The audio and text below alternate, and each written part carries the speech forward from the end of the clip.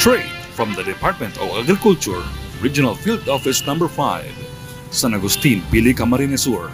Alamin ang mga bagong impormasyon, proyekto, pulisiya, teknolohiya at mga kaganapan sa agrikultura sa Bicol.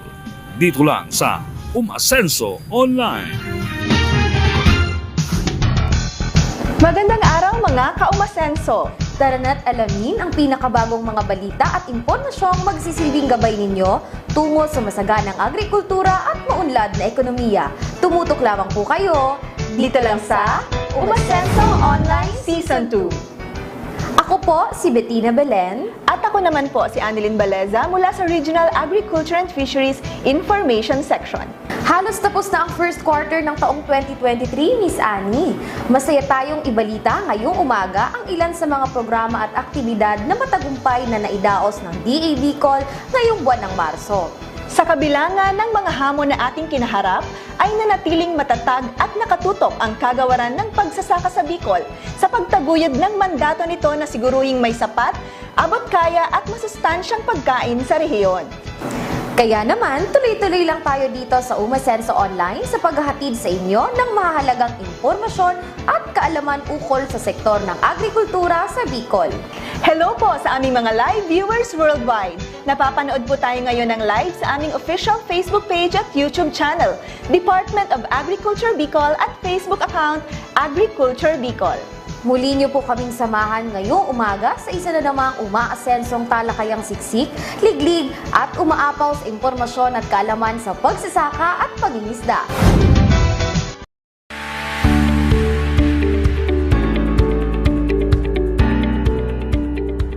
To all Bicolanos, I enjoin you to watch the DA Region 5 social media program, Umasenso Online, every Monday at 10 a.m. via their Facebook page, Department of Agriculture, Bicol. Be updated on the program, new policies and technologies in agriculture. Kilalanin din natin ang mga magsasakang umaasenso sa agrikultura sa Bicol dito sa Umasenso Online Season 2. Maraming salamat po. Maligaya at masaganang bagong taon po sa ating lahat. Sa ating minamahal na mga magsasaka at mangingisda, sa mga provincial at municipal local government units, provincial agriculturist, city and municipal agriculturist, agricultural extension workers, sa mga katuwang natin sa pribadong sektor, business sector, other key industry players from the different levels of the value chain, civil societies, state universities and colleges, and other government agencies. At sa ating Agricultural and Fishery Council sa regional, provincial at maging sa city at municipal levels. Maraming salamat po sa patuloy ninyong pagsuporta sa ating mga programa dito sa kagawaran ng pagsasaka upang mas mapaangat natin ang kabuhayan ng mga magsasaka at mangingisda at ang buong sektor ng agrikultura sa rehiyong Bicol.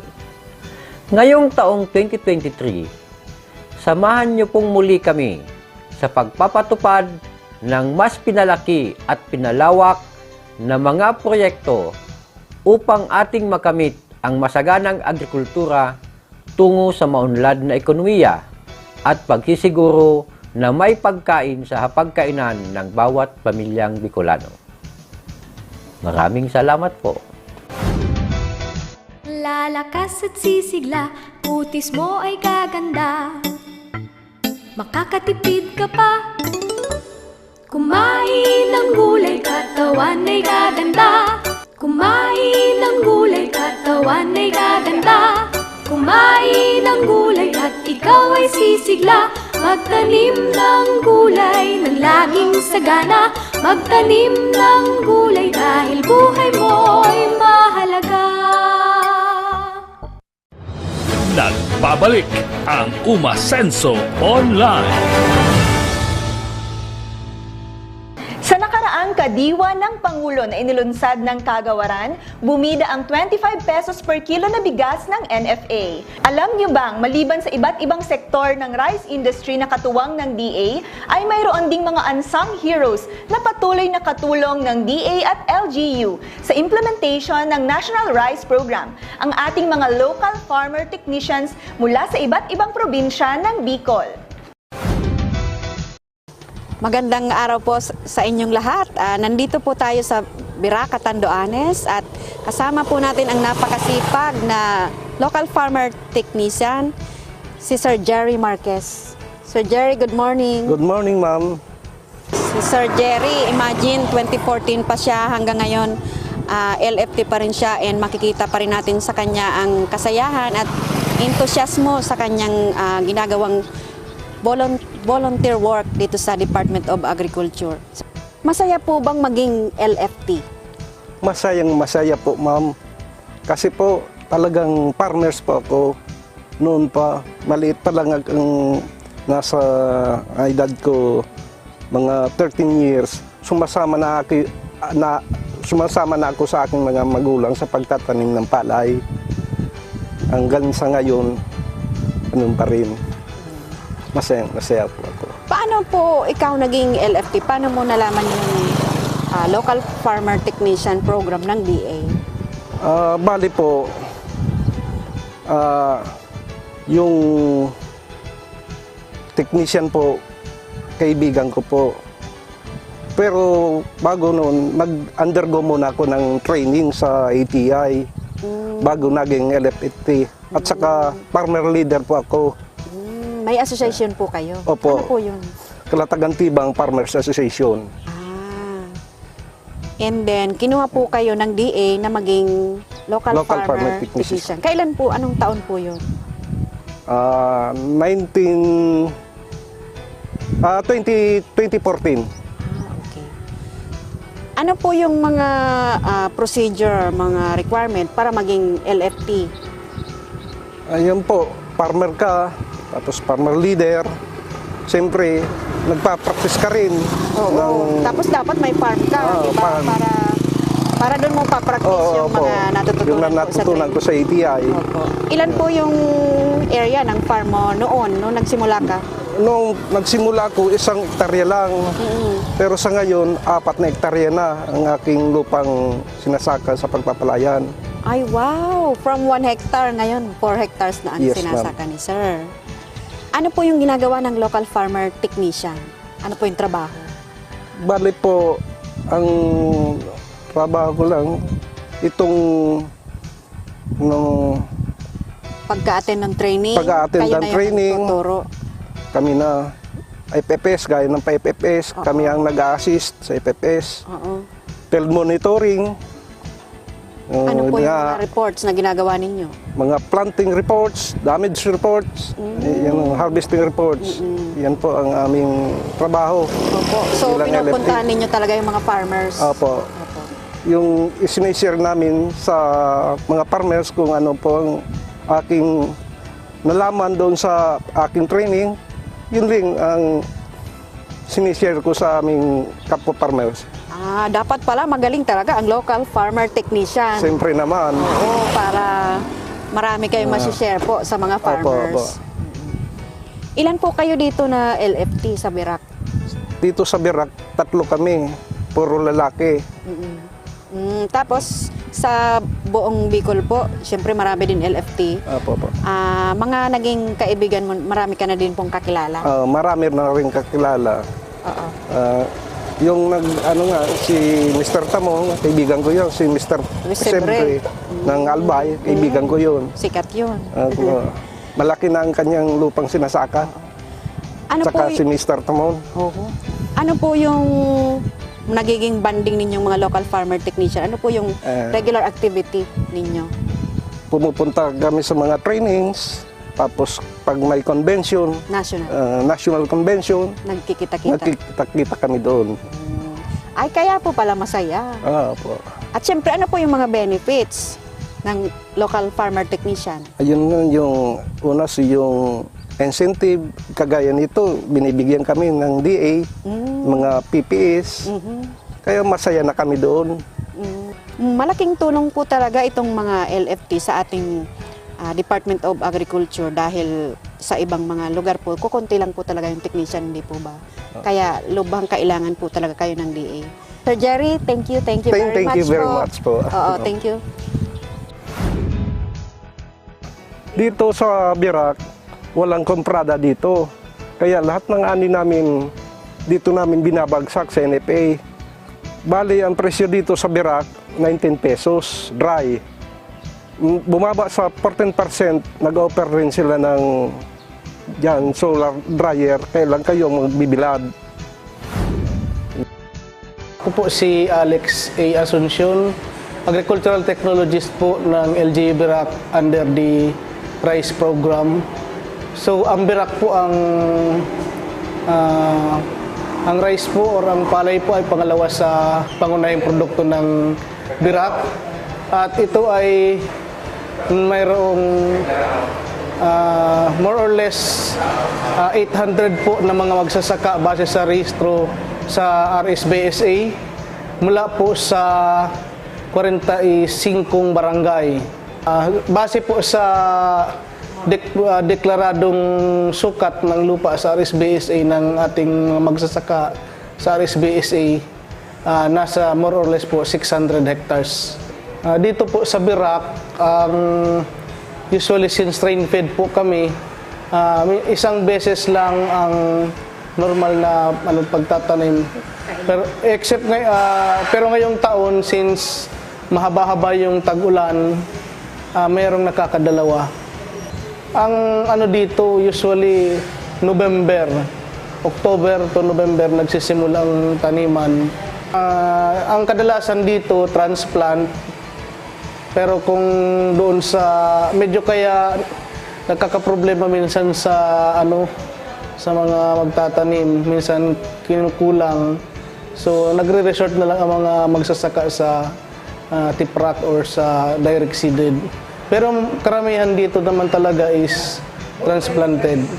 Yung regular po na programa ng DA na libreng binhi, tapos yung ngayon yung sa RFFA, tapos yung discount vouchers, nakakarating yun dito sa amin sa Birak.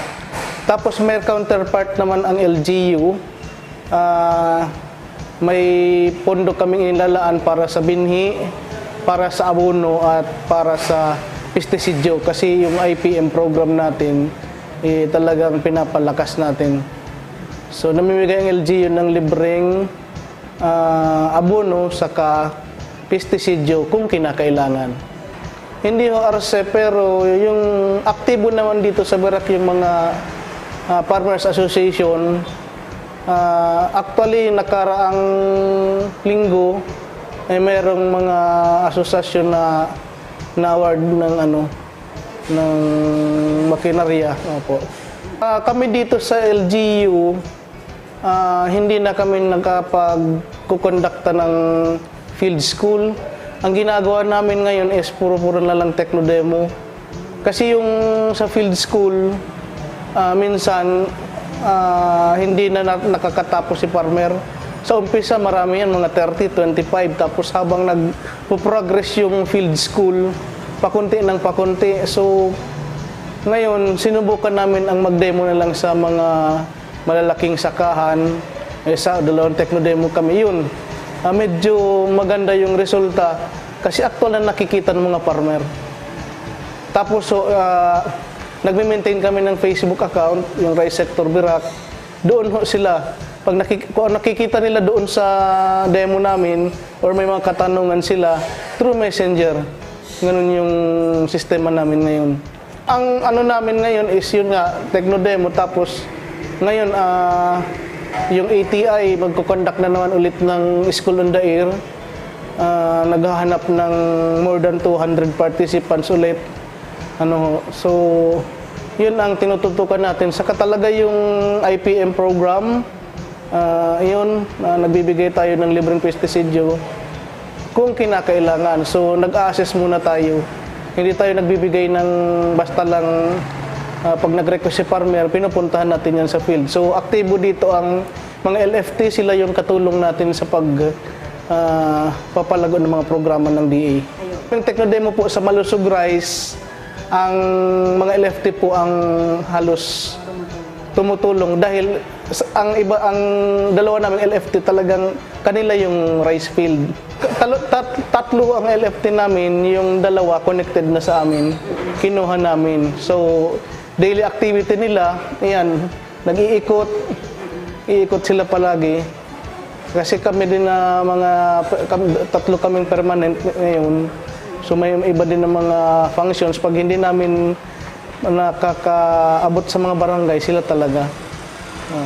Malaking bagay sa amin ang local farmer technicians na programa ng DA dahil sa dami ng mga magsasaka na kailangang pagserbisyuhan, hindi kakayanin namin na mga nasa lokal na gobyerno lamang. Tatatlo lamang kami. Tapos ang bilang ng farmer. Sa ngayon, ang bilang ng farmer na nakarehistro sa rice, sa sektor ng palay, halos mag-1,000 na. Kailangan po talaga ang LFT. Kung pwede nga madagdagan pa, kailangan dagdagan talaga. Hindi, ang sa amin lang, yun nga, bukas palagi ang aming opisina. Ang aming social media account, sabi nga namin, 24/7 open yan. Kahit gabi, pag may tagtatanong na farmer, ina-accommodate natin yan. Kasi ito talaga tayo, ang maglingkod para mapataas ang ani at kita ng ating mga magsasaka.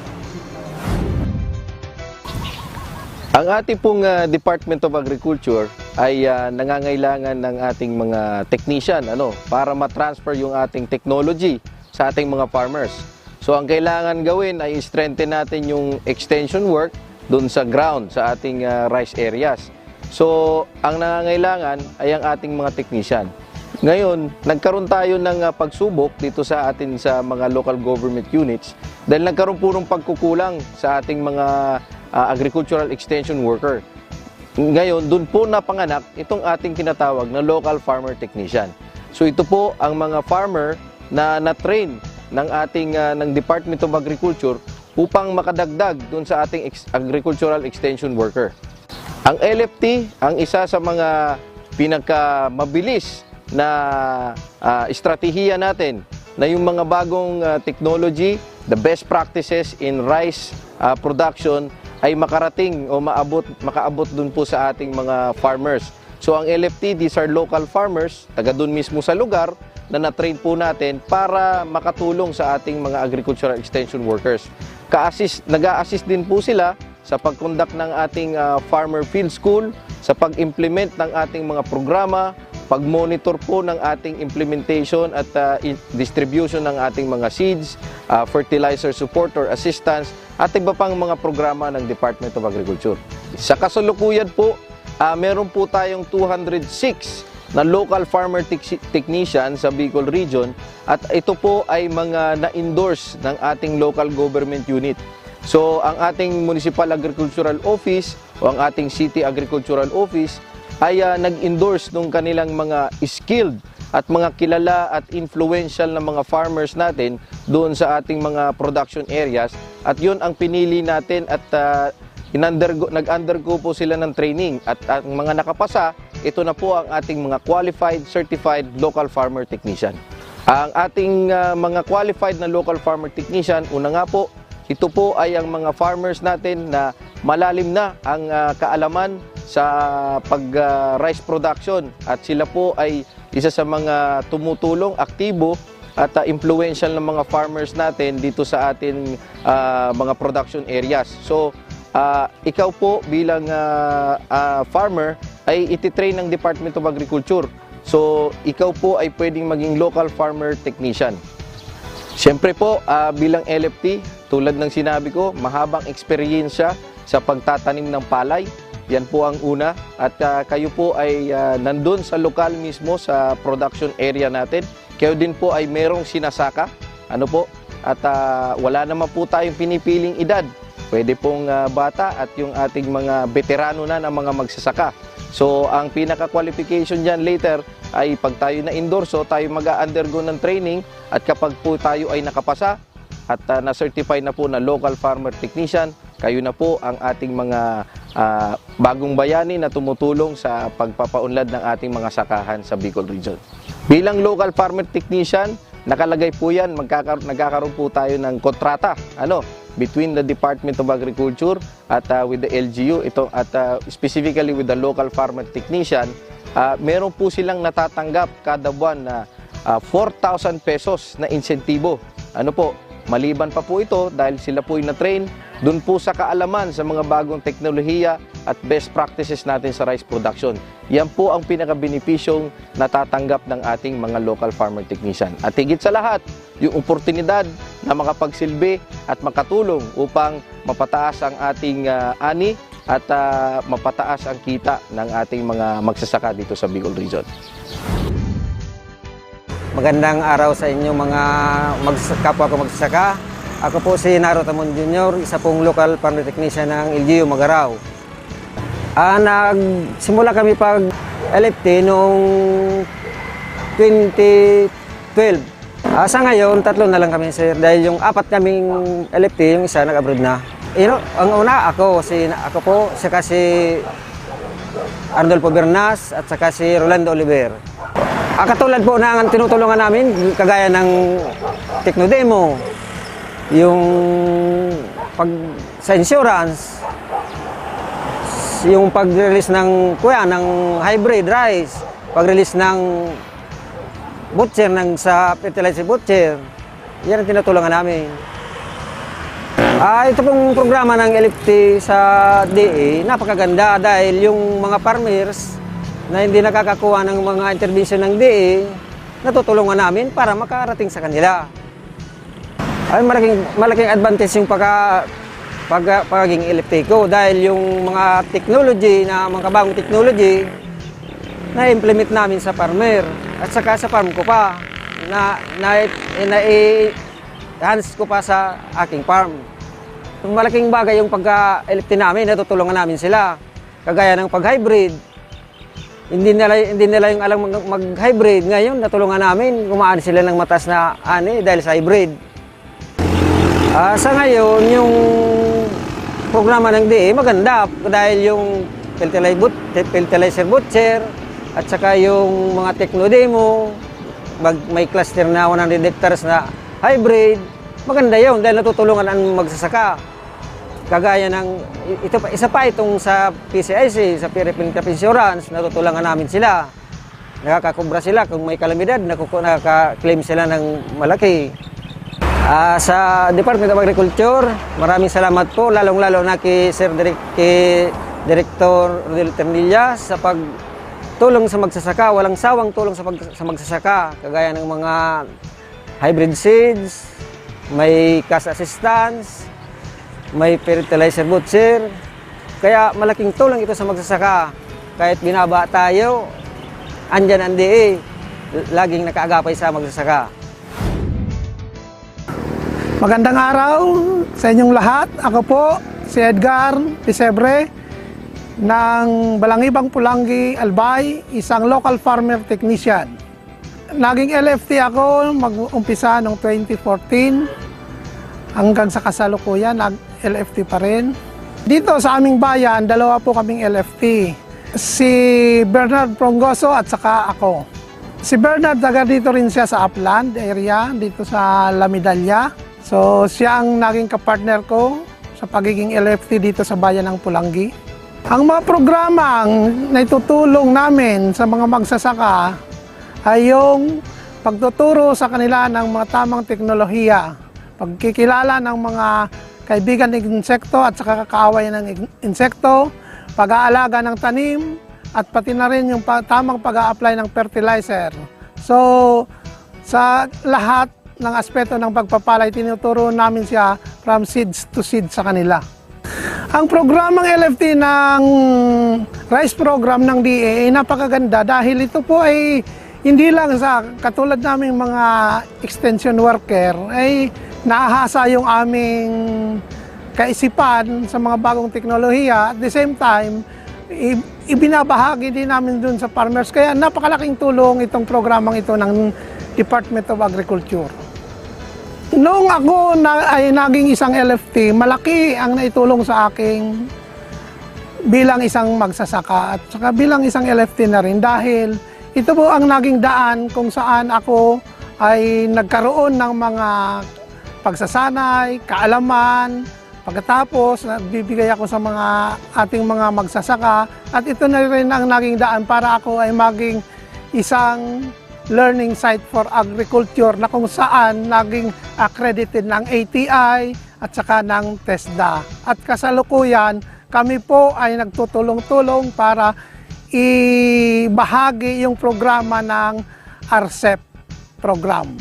Sa ngayon, maganda yung mga programa. Sana nga patuloy pa rin ang programa ng DA dahil alam natin na talagang pagdating sa mga kaalaman, kailangan natin talagang maturuan yung ating mga magsasaka kasi para sila ay lumaki yung production nila kasi kung yung magiging traditional farmer lang sila ay sa tingin ko hindi uunlad ang ating bansa, pati na rin yung mga magsasaka ay hindi rin sila uunlad dahil mababa yung talagang kanilang ani. Pero kung matuto sila dito sa mga bagong teknolohiya, ay sabay-sabay tayo, aangat ang ani, aangat ang buhay, sama-sama tayo, pati na rin yung ekonomiya.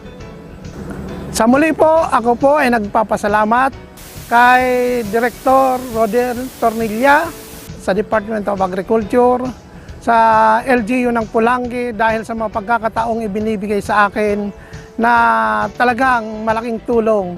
Ika nga talaga, kung wala ang pagiging LFT ay hindi rin ako magiging maunlad na magsasaka. Maraming salamat po. Isa ka pa rin ba sa mga magsasaka nagtatanim ng 100 to 150 kilo ng binhi ng palay kada ektarya? Alam mo bang bukod sa mas napapagastos ka ay mababang kalidad ng palay ang iyong aanihin? Sundin ang 40 kg na dami ng high-quality inbred o certified seeds na rekomendado ng DA sa bawat ektarya. Makakatipid ka na, makakasiguro ka pang 85% nito ay tutubo o higit pa. Maaari ito sa dalawang paraan ng pagtatanim, transplanting o kaya direct seeding. Para sa inyong mga katanungan, makipugnayan sa DA Bicol o kaya bisitahin ang DA Regional Field Office sa San Agustin Pili, Camarines Sur. Anong baon mo? Meron akong cookies, juice, at chips. Ikaw? Meron akong apple, biscuit, water at puting mais. Puting mais? Bakit meron ka ba? Sabi kasi ni Mami, ang puting mais ay sagana sa nutrisyon. At nagbibigay sa akin ng energy. Pagod na ako. Buti ka pa, mabilis ka tumakbo at di ka mabilis mapagod. Kaya nga lagi akong kumakain ng puting mais para iwas sakit at pure energy para sa batang maliliit. Ito, kain ka din.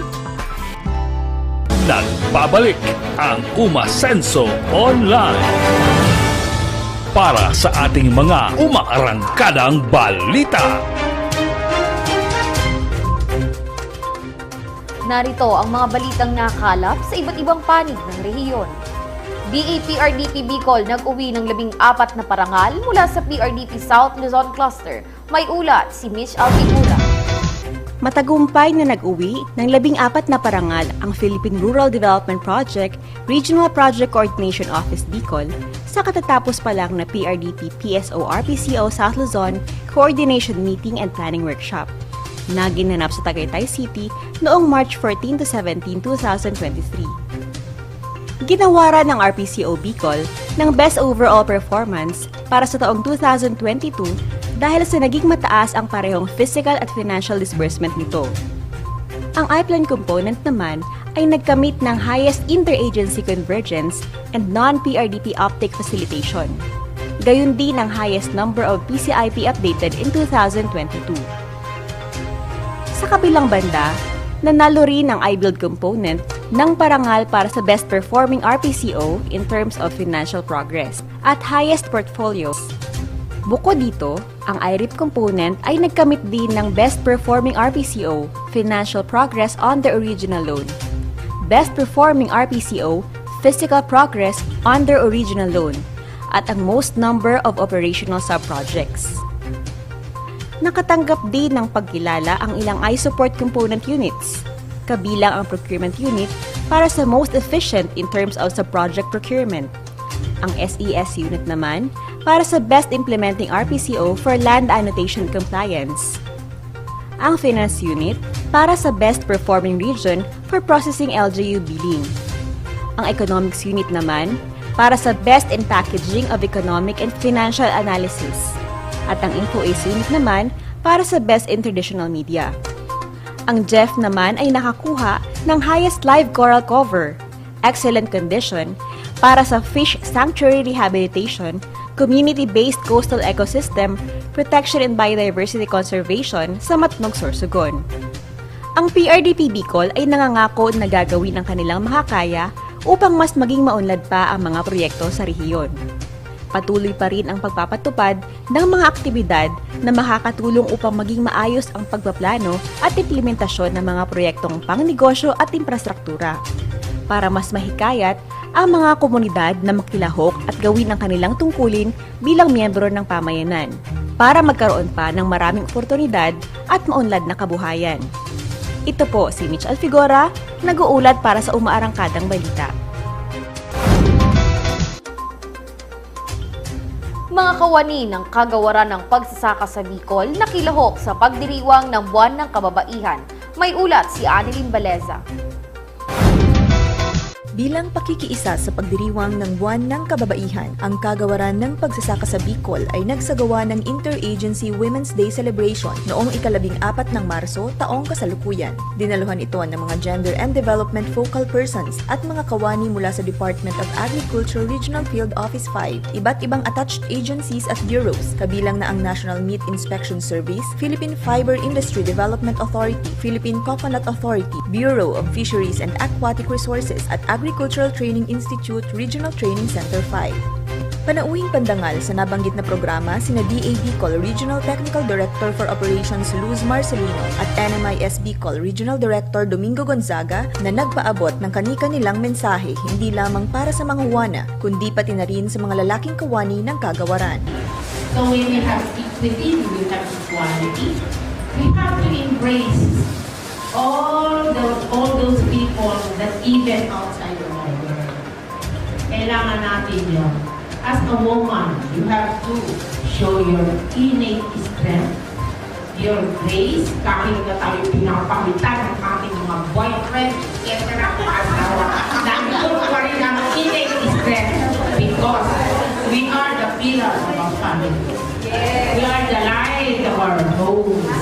Our common goal for the movement for gender equality and exclusivity is not about women alone. It's about every individual across all genders, each with rights and responsibilities, being given equal opportunity to play an active role in society and nation building. As they say, listen, the rise of women is not about the fall of men. Upang bigyan naman ng inspirasyon ang mga kawani ng kagawaran, nagbahagi ng kanilang kwento ng tagumpay ang ilang mga kababaihan sa kanayunan, kabilang na sina VK's Farm Proprietress at National Search for Outstanding Rural Women 2017 Grand Winner Rebecca Purisima, Joros Farm Proprietress at second place National Outstanding Rural Woman and Regional Outstanding Rural Woman 2019 Rosini Obligacion, KCC Multipurpose Cooperative General Manager Mercedes Bajado at Bicolanas Agriculture Cooperative Naga City Chairperson at Regional Agricultural Fishery Council Women's Sectoral Committee Chairperson Maria Daisy Granada Hiuli. Ipinaabot nila ang kanilang pasasalamat sa kagawaran at sa mga kawani nito na naging instrumento sa pagbabago at pag-unlad hindi lamang ng kanilang personal na buhay kundi pati na rin ng kanilang mga kapwa-kababaihan, katutubo at kabataan sa kanilang komunidad. Dahil po sa DA, na-discover po ang sarumagta. Nagpapasalamat po ako, lalong-lalo na kay Ma'am Gigi and her staff, sa buong DA family. I started my journey through the Department of Agriculture, Agricultural Training Institute. Maraming salamat sa pag-ibita sa akin. Marami pong improvement ngayon sa mga magsasaka. Sana umasenso naman po talaga ang mga farmer dahil sa tulong ng DA Bicol. Sobrang pasasalamat namin sa DA Bicol dahil sa mga tulong na natatanggap namin. If women come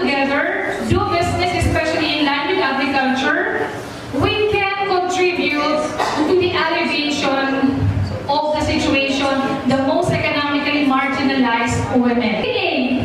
You got it all for agripreneurs. Bilang bahagi ng programa, namigay rin ang DA Bicol Livestock and Poultry Program ng 500 mallard ducks para sa San Jose Rural Improvement Club sa Barangay San Jose, Bula, Camarines Sur. Tampok din sa pagdiriwang ang formal na pagbubukas ng nursery and breastfeeding room sa loob ng DA Bicol, alinsunod sa Republic Act 10028 na kilala bilang Expanded Breastfeeding Promotion Act. Kaugnay naman ang tema sa pandaigdigang pagdiriwang ng Araw ng Mga Kababaihan na Digital Innovation and Technology for Gender Equality, nagbahagi naman ng kanyang kaalaman at karanasan ukol sa social media marketing si RAFC Bicol Chairperson at BDBD Enterprise Proprietress Bernadette de los Santos. Samantala, naghatid ng katuwaan sa mga dumalo ang isinagawang Agri-Fast Talk kasama ang ilang mga kawani na nagbahagi ng kanilang mga pananaw ukol sa buhay, pag-ibig, trabaho at iba pang mga aspeto ng gender equality at inclusive society. Nagbigay aliw naman sa lahat ang mga patimpalak tulad ng Juan and Juana Ting Ting Tang TikTok Challenge at Juana Sing o musika ng kababaihan. Sa kanyang mensahe, binigyang diin ni DA Bicol Gender and Development Focal Point System Vice Chairperson Aloha Gigi Banyeria ang kahalagahan ng pagkakaroon ng gender equality and inclusive society. As we celebrate this special day, let us promote gender equality and inclusive society. Ang Interagency Women's Day Celebration ay isa lamang sa week-long activities na inorganisa ng DA Bicol GAD Focal Point System bilang pagdiriwang ng Buwan ng Kababaihan. Kabilang narito ang Girl Child Week and Women with Disabilities Day para sa ilang mga katutubong bata at kababaihan sa Barangay Tinawagan Tigaon, Camarines Sur sa pakikipagtulungan sa Tinawagan 4-H Club. Juana Ukay ng RAFC Bicol, Meat Safety for Homemakers na pinangunahan ng National Meat Inspection Service, distressing activity sa pamumuno ng Agricultural Training Institute, Sanitary Hygiene Product Demonstration ng Avail Beauty Philippines, Food Demonstration katuwang ang DA Lady Employees Association at Training on Abaca Handicraft Decoration Making sa pangunguna naman ng Philippine Fiber Industry Development Authority. Ako si Annelyn Baleza, nag-uulat para sa Umaarangkadang Balita. Isa ka pa rin ba sa mga magsasaka nagtatanim ng 100 to 150 kilo ng binhi ng palay kada ektarya? Alam mo bang bukod sa mas napapagastos ka ay mababang kalidad ng palay ang iyong aanihin? Sundin ang 40 kg na dami ng high-quality inbred o certified seeds na rekomendado ng DA sa bawat ektarya. Makakatipid ka na, makakasiguro ka pang 85% nito ay tutubo o higit pa. Maaari ito sa dalawang paraan ng pagtatanim, transplanting o kaya direct seeding. Para sa inyong mga katanungan, makipugnayan sa DA Bicol o kaya bisitahin ang DA Regional Field Office sa San Agustin Pili, Camarines Sur. Edible landscaping ng DA Bicol, pinasinayaan. May ulat si Mitch Alfigura. Formal nang pinasinayaan ng edible landscaping ng DA Bicol sa harap ng Administration Building kung saan pinagsama ang ornamental plants at mga halamang nakakain. Personal na dinuluhan ni na Dr. Fernando C. Sanchez Jr., leader ng UPLB Landscaping Project, at Joel H. Lales, Director ng Bureau of Agricultural Research, ang turnover at inauguration na ginanap noong 8 ng Marso ngayong taon. The University of the Philippines Los Baños Edible Landscaping team has been conducting a number of projects that aims to promote the adoption of the edible landscaping technology throughout the country. Edible landscaping, or EL, as we like to call it, is basically the combination of the science of crop production and the art and the elements and principles of landscape and garden designing and planting. This morning, we are gathered here to inaugurate the EL Technology Demonstration Garden here at the Regional Field Office of the Bicol Region. The DARF05 EL Technology Demonstration Garden will serve as a model and learning site for municipal and provincial agricultural offices, barangays, and other stakeholders group in support with our country's goal to achieve food and nutrition security, and with the recent launch of the Halina't Magtanim ng Prutas at Gulay, Kadiway Yaman, Plants for Bountiful Barangay movement or HAPAG kay PBBM last week at the Luneta, led by the DA Bureau of Plant Industry and the Department of Interior and Local Government. DA Bicol and you, our partners, to fully realize our goal.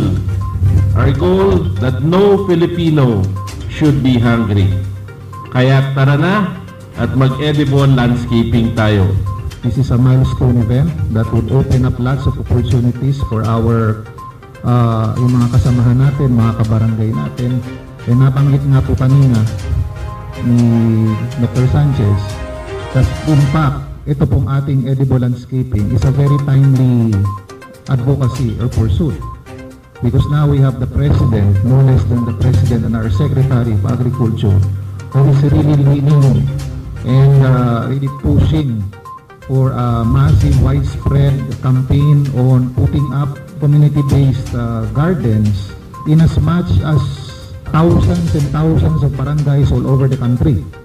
Kung hindi po ako nagkamali, parang ang target niya mga around 45,000 barangays. Ang gusto nating mapalaganap ang ganitong klaseng inisyatibo para matulungan natin ang mga komunidad na makapag-produce ng sarili niyang kinakain. Ipinakita ang dating ayos ng DA admin grounds na pinalitan ng hardscape kung saan sementado na ang structure sa gilid ng daanan ng mga sasakyan. At ang mga pananim o tinatawag na softscape naman ang bumubuo ng 70% ng edible garden kung saan nakatanim ang mga gulay at herbs gaya ng Italian oregano, spring onion, garlic chives, basil at tarragon. 30% naman ng mga halamang namumulaklak tulad ng marigold, zinnia, turinya at mayana na nagbibigay ng contrasting color sa landscape. Highlight sa edible landscaping ang 4 na pride ng Bicol Region: pili, taro, siling labuyo at pinyang formosa na nakatanim sa malalaking paso.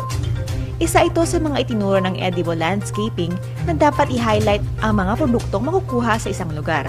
Pinasalamatan ni DA Bicol Regional Executive Director Rodel P. Tornilla ang UPLB Foundation Incorporated at BAR dahil sa napili nila ang Bicol Region na maging pilot ng proyektong ito sa Pilipinas.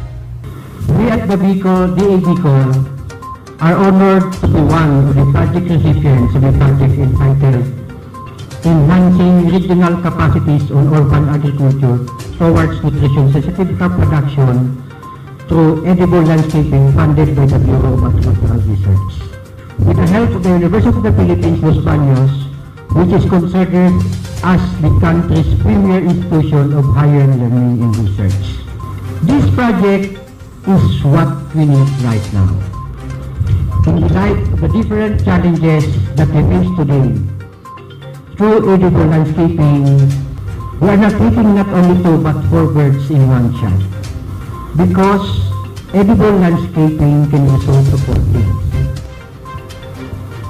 To accept this project, let me thank the Bureau of Agricultural Research for funding this project. As always, Director Lales, hindi lang sa edible landscaping, but also sa mga lahat ng funding na binibigay mo sa amin. And to the University of the Philippines, Los Baños, for teaching us the principles and technique in edible landscaping. Diyos mamalas po sa Sindugabos.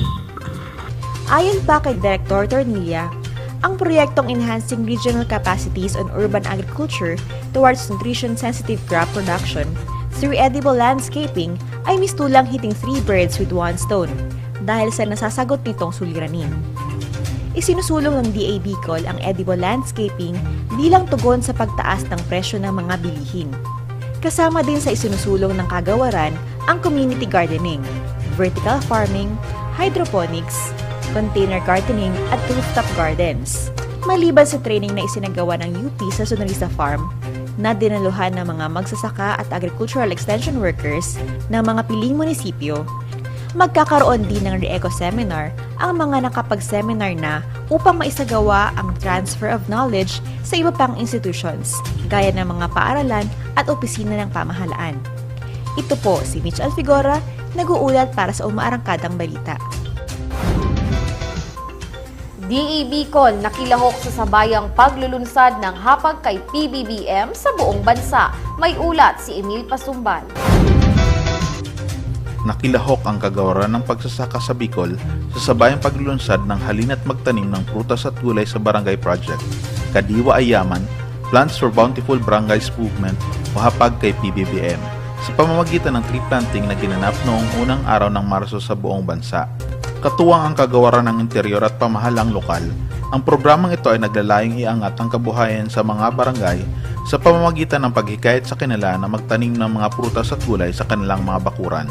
Sinimulan din sa Paraeng Petsa at lugar ang 1.5 hektaryang Technodema area for vegetables ng 6 na private companies na Seedworks, Ramgo, Caneco, Allied, East West at Advanta. Tampok bilang demo site sa Bicol ang Barangay Curi sa bayan ng Pili, Camarines Sur. Sa pakikipagtulungan sa lokal na pamahalaan ng Pili sa pangunguna ng Municipal Agriculturist Arvin Salvino at ni Barangay Captain Larry Olaines ng Barangay Curi, hinikayat ang komunidad na magtanim ng iba't ibang gulay tulad ng talong, okra, sitaw, ampalaya, kalabasa, kamatis at iba pang lowland vegetables sa demo site. Tumanggap din ng mga garden tools at mga punla ang Rosendo Valles Elementary School na katabi lamang ng demo site sa pamumuno ng teacher-in-charge Mary Cyril Atian. Ayon kay Dr. Mary Grace Rodriguez, ang mga maaaning gulay mula sa Technodemo site ay ipapamigay sa mga mag-aaral at mamamayan ng Barangay Curi.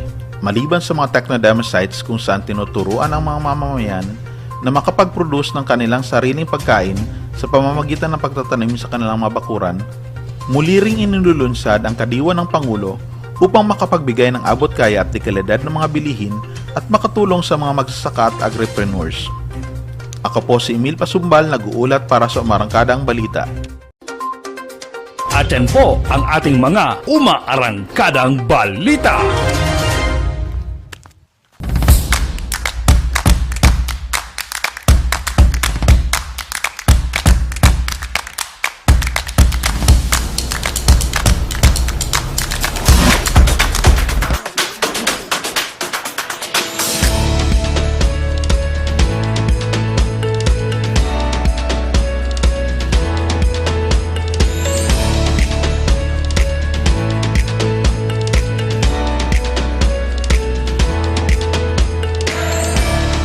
In 2018, the Special Area for Agricultural Development Program was introduced to the Bicol region. This is a locally funded project of the Department of Agriculture which aims to uplift the lives of the marginalized communities in the country.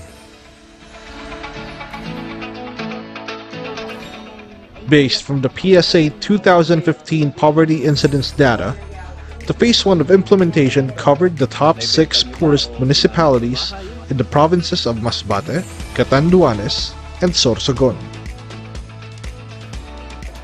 From 2018 to 2022, the program has implemented a total of 291 livelihood packages, which benefited a cumulative total of 13,546 individual farmer beneficiaries and 537 farmer associations residing in the remote and far-flung communities of the covered provinces. Various agricultural interventions related to production, post-harvest, and enterprise development were given to these beneficiaries under the different packages of the program, such as rice, corn and cassava, high-value crops, organic agriculture, and livestock and poultry.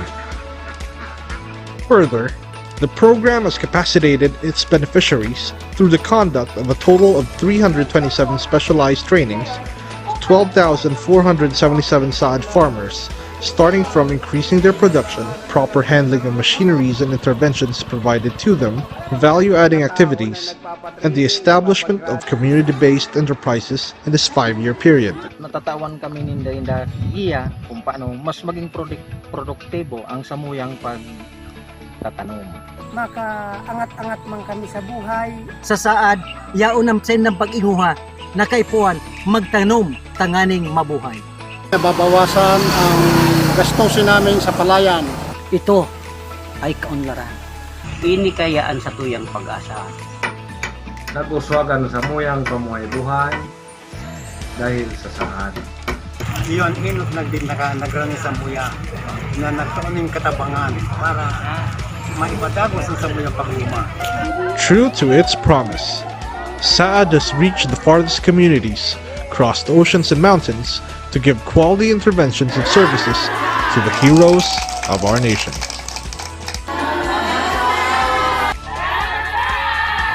Salamat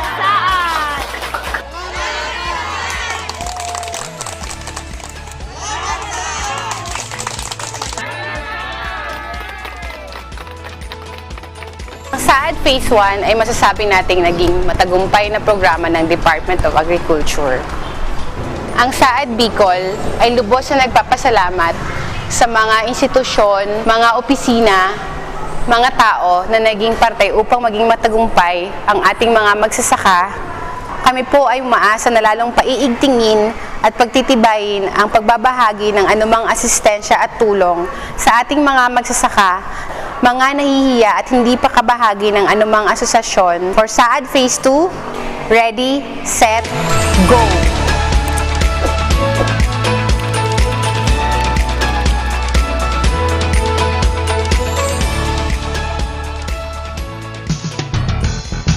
Bantay Presyo.